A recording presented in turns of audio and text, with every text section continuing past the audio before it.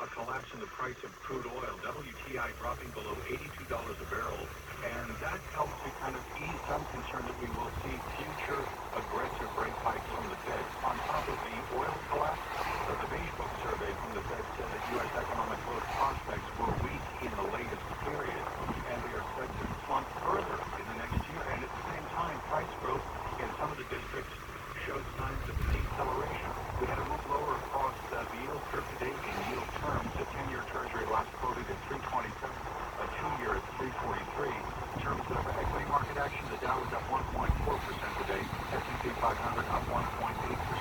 NASDAQ comp higher by nearly 2.2%. Shares in Apple picked up nearly 1% today as the company unveiled the iPhone 14 line along with a fresh slate of smartwatches and new headphones. I'm Doug Christner. That's your Bloomberg Business Flash. Thank you so much for that update, Doug Christner. Really appreciate it. Let's talk packaging. You don't think about it much, probably each day. You don't work in the industry, that is. But how do you think food, drinks, personal care products, pharmaceutical products, medical products, and more get from the factory to you?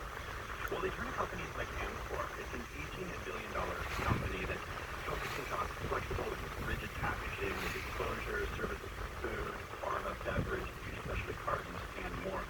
Really pleased to have with us Ron Delia, the Managing Director and Chief Executive Officer of Ymca, joining us this afternoon on the phone from Deerfield, Illinois. Ron, how are you? We're going to work to get Ron's line working right now. Yeah, great. Oh, good. We got you. Hey, it's all good. All good. Awesome. Good to have you with us. Hey, I want to talk a little bit about what you see with the economy, because you've got just a great seat in terms of every industry that you work with. Are we seeing a softening anywhere when you look across the world, when you look across different segments, whether it's food, beverage, pharma, medical? Just give me an assessment of what you see from where you're perched as CEO of the company. Yeah, look, we have a unique position and a unique perspective because the packaging that we make is essentially all for consumer staples. So all of our sales are into some of the end markets that you mentioned: food, personal care, beverage, and then the healthcare segment. And we're operating in over 40 countries around the world. So we're very geographically diversified, and our end market exposure is quite defensive. And so we tend to be fairly resilient through economic cycles. And what we're seeing so far is the consumer remains robust as it relates to the staples that we're providing packaging for, notwithstanding the price inflation that consumers are wearing around the world. So consumers remain resilient. We've heard that from some executives in a few different industries, so definitely a theme there. I want to talk about the state of the supply chain, though, because for so long it seems like the price of everything physical was just marching higher. Where do we stand now? Look, there's no question that the last, I'd say, 12 to 18 months have been just littered with a number of supply chain disruptions of every kind. We've had a number of different shocks to our supply chain, whether it's shortages of raw materials or difficulty securing enough labor, freight availability, et cetera. I do think that for the most part, our supply chain is normalizing. Now we're procuring commodity raw materials like aluminum, like paper, like plastic, and we turn those products into packaging for the consumer products and healthcare products that I mentioned. And I would say that we're seeing a normalization. We're seeing a more ready access to labor. We're seeing raw materials come back on stream. So I would say there's light at the end of the tunnel. Hey, that's great to hear. I mean, really optimistic look, and again, you guys have this unique perch. And just to give listeners and viewers an idea, we're talking about companies like Pepsi, Kraft Heinz, Nestle, Tyson, Cargill, Unilever, Anheuser-Busch, and more are your customers. So it really runs the gamut. What about when it comes to sustainability? I know this is something that's important to your company, but also important to consumers. So, it's difficult, I think, for a lot of Americans to recycle stuff because of the way the recycling system has changed. So even if you're putting stuff in recycling, it's not necessarily getting recycled the way that consumers think it is. How do you guys think about sustainability? Because you're essentially creating trash. Well, look, we see it a bit differently there, Tim. We believe there's a role for the packaging that we provide, in that everything that we make is touching or holding a consumer product. It's touching and holding medicine and medical devices. And so we just believe that there's fundamentally a role for that sort of packaging going forward. We're not making outer shipping containers or things that are often associated with excess packaging. We're making packaging that is extending the shelf life of food, allowing for broader distribution of medicine, allowing for sterilization of things that go into the operating theater. So we just fundamentally believe there will always be a role for that sort of packaging. What's happened over the last decade or so is that consumers have come to expect more from that packaging. They've always expected functionality and convenience, lightweight packaging that can be reclosed, etc. And now they want to know that at the end of the life, end of the use of the package, it can be disposed of in a more environmentally friendly way. And for a company like Amcor that's competed for decades on innovation, that creates an enormous opportunity for us to differentiate and to create more value for our customers, who are those big brand owners that you mentioned. And Ron, please forgive me. I mean, I meant trash in the most, respectful terms. I was literally calling your product trash. You're making trash. Ron, I do want to talk about the global reach that Amcor has. You have sales in 2022 that are coming from 43 countries, generated from 43 countries. And with that kind of global reach, what does the U.S. look like versus Europe versus Australia, for example, in terms of both consumers and some of these supply chain disruptions that it's still contending with? Well, look, the supply chain challenges over the last year or so have been pervasive around the world. They've popped up in different places, but I do believe that the worst of that is behind us. Those are abating. Consumers in those markets, in particular, are looking for all the things that you would expect. They continue to look for increasing levels of convenience. If you think about some of the segments that are important to us, coffee packaging, pet food packaging, these are things that consumers now expect greater functionality from and greater convenience. We now are the exclusive supplier of espresso capsules, as an example. And we've seen, coffee consumption gravitate from brewed coffee, right? So, and certainly those are you can see packages of those being recycled as well. Hey, Ron, really appreciate you taking the time. Ron Leah, Managing Director and CEO of Amcor. Join Brian Curtis at 6 p.m. Wall Street time for Bloomberg Daybreak Asia. Tonight's topics include the impact of the Fed beige book on Asian markets. Daybreak Asia tonight at 6 on Bloomberg Radio.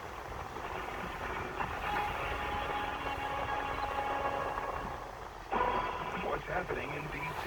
This is turning into a very different campaign cycle. Bloomberg's Joe Matthews speaks to the insiders with the answers. The former ambassador to China is with us And brings you the top stories of the day from in and around our nation's capital. Nearly $40 billion emergency Ukraine spending bill. Bloomberg Sound On with Joe Matthews. Weekday afternoons at 5 on Bloomberg 1130, the Bloomberg Business app, and BloombergRadio.com. At Bloomberg, we believe in the power of ideas. That's why we launched Bloomberg New Economy Catalyst. It's a community of global leaders and innovators who are blazing new trails to transform business and government. This platform will help them share their ideas with the world and provide access to the resources they need to bring them to life. Bold thinking, breakthrough action. Learn more at BloombergNewEconomy.com/catalyst. This is Ben Stiller, Goodwill Ambassador for UNHCR, the UN Refugee Agency. Your help is needed now. Vulnerable people are being forced to flee Ukraine and in emergencies around the world. They need emergency shelter. They need blankets and basic relief items.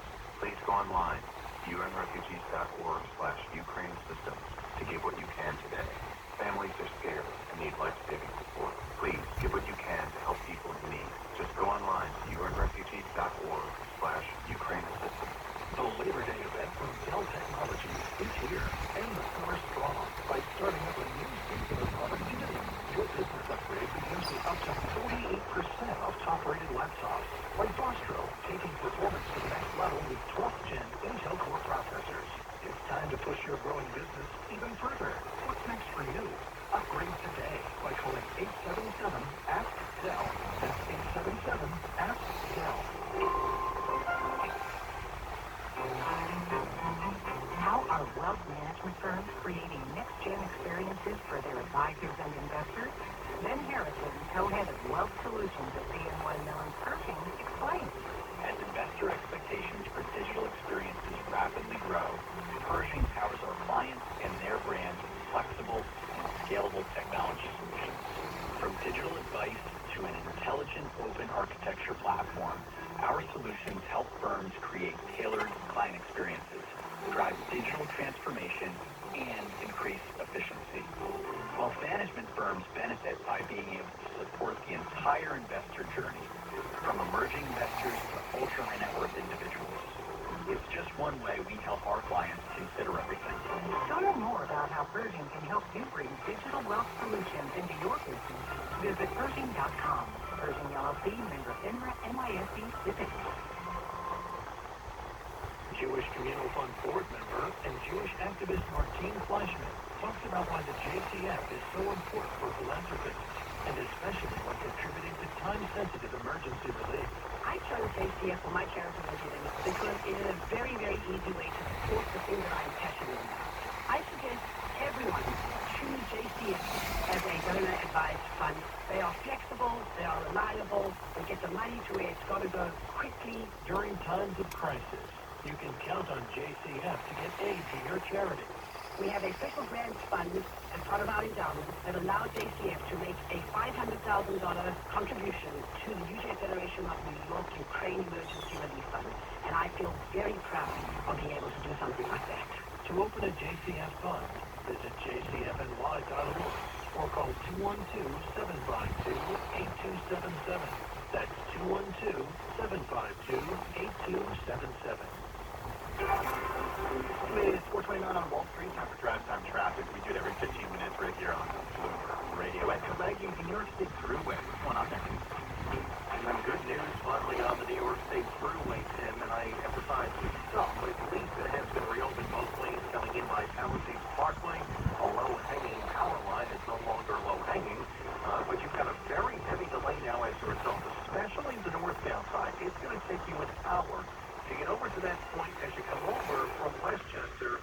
Looks like coming in off of 287 over the bridge, it's still going to take an hour to get past that area of Palisades Parkway. A very difficult ride.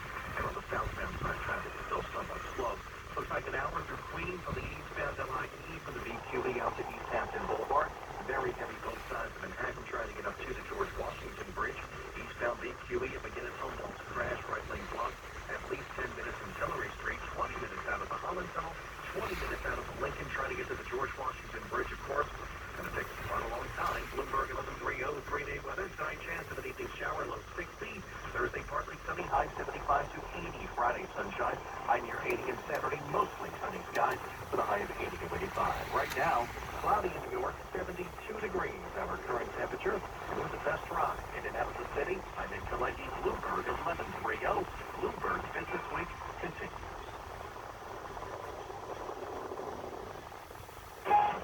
Broadcasting live from the Bloomberg Interactive Broker Studio in New York. Bloomberg 1130 to Washington, D.C. Bloomberg 99.1 to Boston. Bloomberg 1061 to San Francisco. Bloomberg 960 to the country. Sirius XM Channel 119 and around the globe. The Bloomberg Business app and BloombergRadio.com. This is Bloomberg Business Week. It's Bloomberg Business Week. Tim Senebeck and Kitty Breifeld in this afternoon for Carol Master. Hey, we got a great guest coming up to round out the show. David Livermore is the founder of the Cultural Intelligence Center, also the author of the new book, Digital, Diverse, and Divided, How to Talk to Racists, Compete with Robots, and Overcome Polarization. We're going to have a good chat with him in just a few minutes, but there's a lot of action happening in the after hours. Doug Krisner, give us an update. In with GameStop, a company reported a loss for Q2 that increased from last year, but it beat the estimates for the street. And then on top of that, we know now that GameStop has entered into a partnership with FTX, the crypto trading platform. So now, a little bit of the bad news. GameStop was sued today over allegedly secretly wiretapping the chat feature on its website. The stock right now well off the best level in the late session. We're higher right now by about 9.5%. These shares had traded higher by more than 13% earlier. It was a positive day for the equity market as we come back from a 3-day weekend. We finished very near the best level of the day. Primary drivers seem to be a collapse in the price of crude oil, with WTI dropping below 82 the barrel. This seemed to, at least in the short term, alleviate some concern about the future.